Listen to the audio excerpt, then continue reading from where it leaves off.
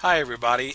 I just want to make this quick little audio instruction kind of a tape for you to give you a little bit better understanding of what we're looking for in these skills videos. Um, because it's a short term type of course for the summer, it makes it difficult because I have a lot more time to where you'd only be turning in one video per week instead of two videos per week. And I understand that can be really tough. So I figured I'm going to give you as much as I can and just talk to you as if it were kind of a small lecture. This won't be a lecture by any means, but more just kind of to the point and going directly off of the rubric. The rubric is located within the assignment link. So when you open up the week four, for instance, and this week we're going to be talking about silence and listening. Um, when you'll see the little rubric tab up there that you click on, and it'll open up a form that'll demonstrate to you kind of the points that I'm going to assign to you whenever you do something correctly. Um, why this is important, because it tells you if you do exactly what it says, you're going to get the maximum number of points, and that's what I want for you. I want you to do well. So let's look a little bit at the video techniques and the counseling techniques that we want you to demonstrate this week. With regards to silence, um, most people feel very, very uncomfortable with silence. This is a very difficult technique to do because they have this innate need to interrupt, to fill in the gaps, per se, as I call it, um, because they think that if it's quiet, then they must not be doing something right. There is no place in a counseling session for where you're supposed to or have to answer um, and fill in those gaps when there's nothing being spoken. So let's just say that your silence, the way that you're going to demonstrate it, is you're going to give the client control of the content, the pace in which they do things, the objectives of the session. They basically are the ones that are going to lead this session. You just guide it. So you're going to be encouraging of the client's exploration of what they want to talk about. You're going to let them carry the burden of the conversation. And if you remember some of the techniques that we use, like nonverbals, where it's, tell me more about that. Those kind of things that are very, very quiet, those kind of techniques that basically tell the client to give you more, are very, very encouraging. And the silent skills is basically exactly what it sounds like. It's just doing nothing. It is absolutely just kind of looking and giving nothing but nonverbals to try to promote the client to talk. Sometimes they'll say, "Well, you're not going to say anything," and you're going to kind of look at them and laugh, like kind of like what I just did, and say to them, this is your time. This is the time I want to get to understand you and to know more about you and why you're coming here. And so I want to hear you, and I want you to know that I hear you. And so that kind of silence and encouraging statement is very, very powerful. The next one is very similar to as well.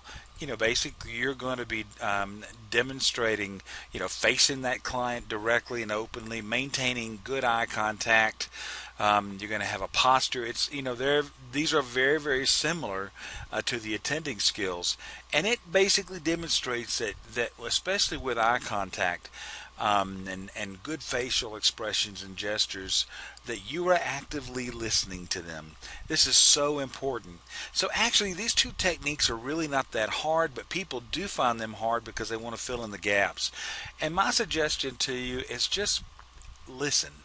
Don't say a word. My grandmother always taught me that the person who never says a word is usually the best communicator. And I think she's right about that.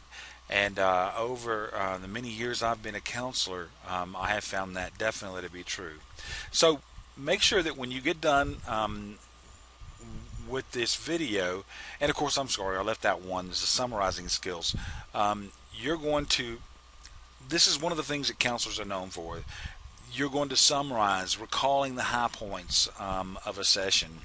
Where you see this most at, interestingly, is in the very beginning and then in the middle, and then in the end.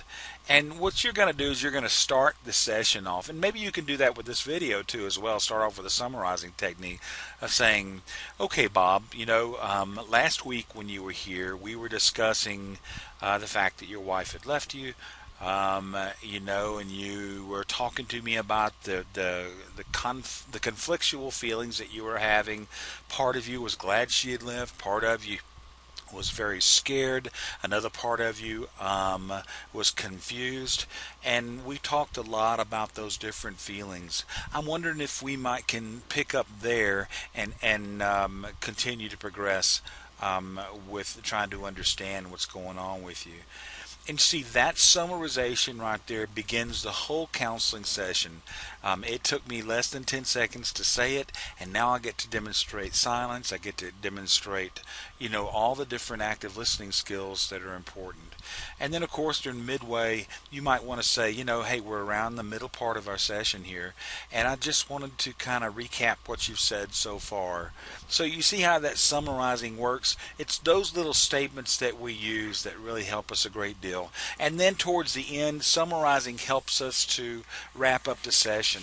One of the bigger problems that counselors have is that we have poor boundaries when it comes to being able to say, okay, it's 55 minutes into the hour and we were supposed to stop at 50, and then all of a sudden the client opens up with this massive bombshell that you can't just leave on the table.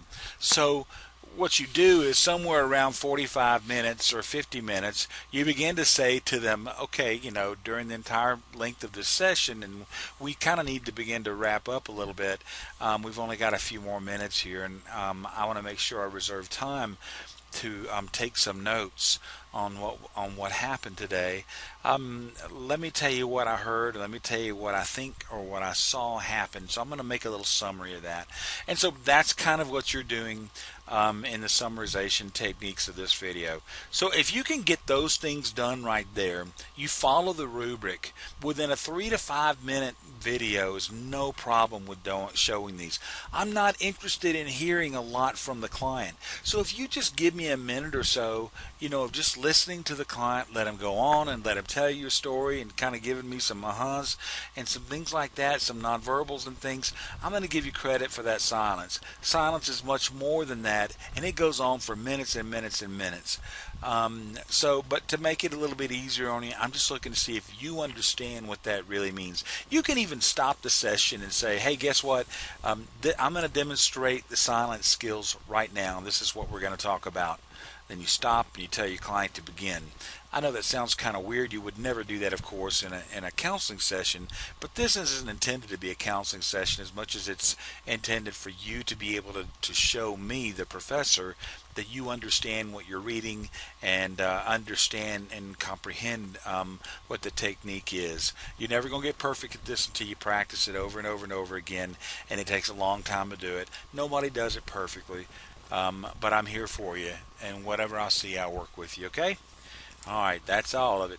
Bye-bye.